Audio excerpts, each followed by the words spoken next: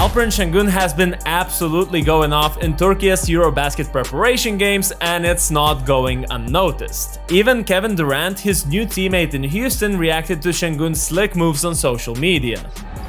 Alperen çok güzel döndü. Alperen'den nefis bir reverse. Alperen Sengun. That highlight, by the way, wasn't just against anyone, but the reigning world champion Germany, and the guy Alpi left behind, a former NBA vet, Daniel Theis. Over 25 points per game on 63% shooting while grabbing 8 rebounds and snatching almost 2 steals. That is absurd efficiency, so how much better does Sengun actually look this summer? Kanada milli takımında şu ana kadar iyi katkı yaptı.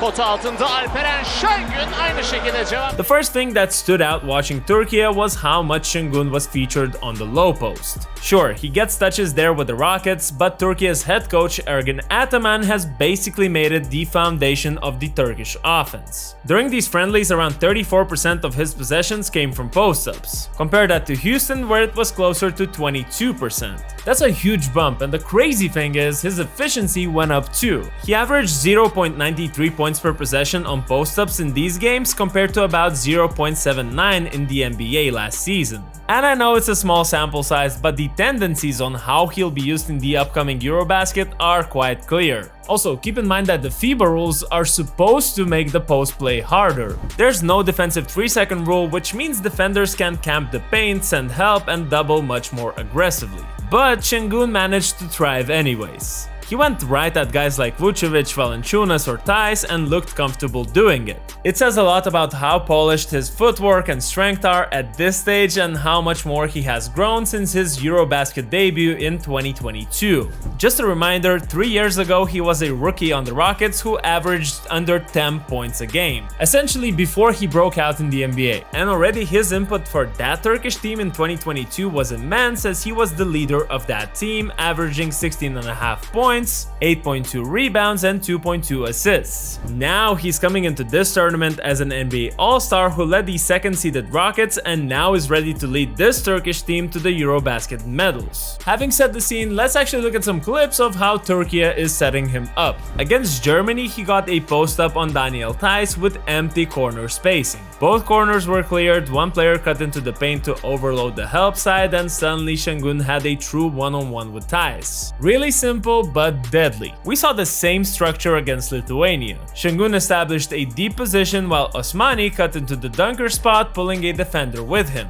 Meanwhile, the rest of the team spaced out on the perimeter, stretching the floor. Again, it left Sengun with all the room he needed to operate. And Turkey even added some creative wrinkles, like running this set called Bilbao, which is tailored to Sengun. He would get the ball on the block while the team ran stagger screens for a shooter on the opposite side. That way defenders couldn't overcommit to the double team because the off-ball action kept them occupied. These details show just how much Turkey's offense revolves around Sengun. Every set is designed to give him options, and right now it's producing their most efficient possessions. Sometimes it's even as simple as running the Bilbao entry for Korkmaz. The shooter threat pulls attention away and Sengun gets clean space to work inside. Nothing groundbreaking, but super effective. Now let's pause here for a quick reminder. If you're enjoying this breakdown, make sure to subscribe. On this channel, we cover the NBA through the international perspective and are your go-to place for all things concerning the upcoming EuroBasket. Now back to Sengun.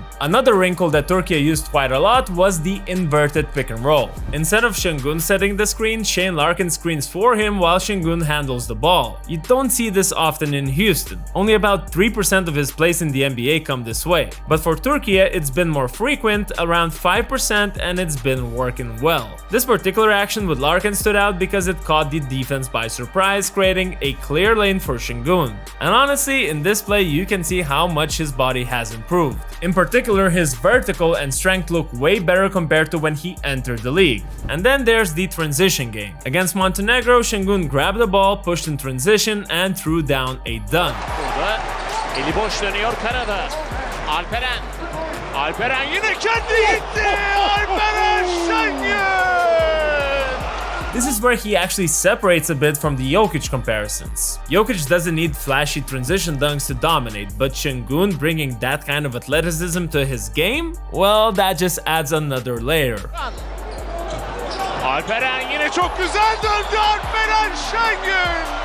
Not many centers that size can do all that in combination. Or I should really say none besides Sengun really can. Turkey also ran some nice ram actions for him. Basically, they would set a screen for the screener to create confusion, then let Sengun slip into space. Against Germany, this worked perfectly. Sengun slipped the screen, caught it in the short roll, and immediately found a Dembona for the layup. Again, it's nothing revolutionary, but it just fits Alperen perfectly. Ataman's offense isn't overcomplicated. It's simplified, built to highlight Sengun and let others play off him. Everyone knows him for the offense, but honestly, his defense has been really interesting in these FIBA games. In the NBA, his slower lateral movement is a bit of an issue. Teams target him in space, force him into pick and rolls, and that way they expose him. But in FIBA, the rules and the spacing actually help him. No defensive 3-second rule means he can camp the paint more, use his IQ, hands, and anticipation to make plays, and not get dragged out onto the perimeter as often.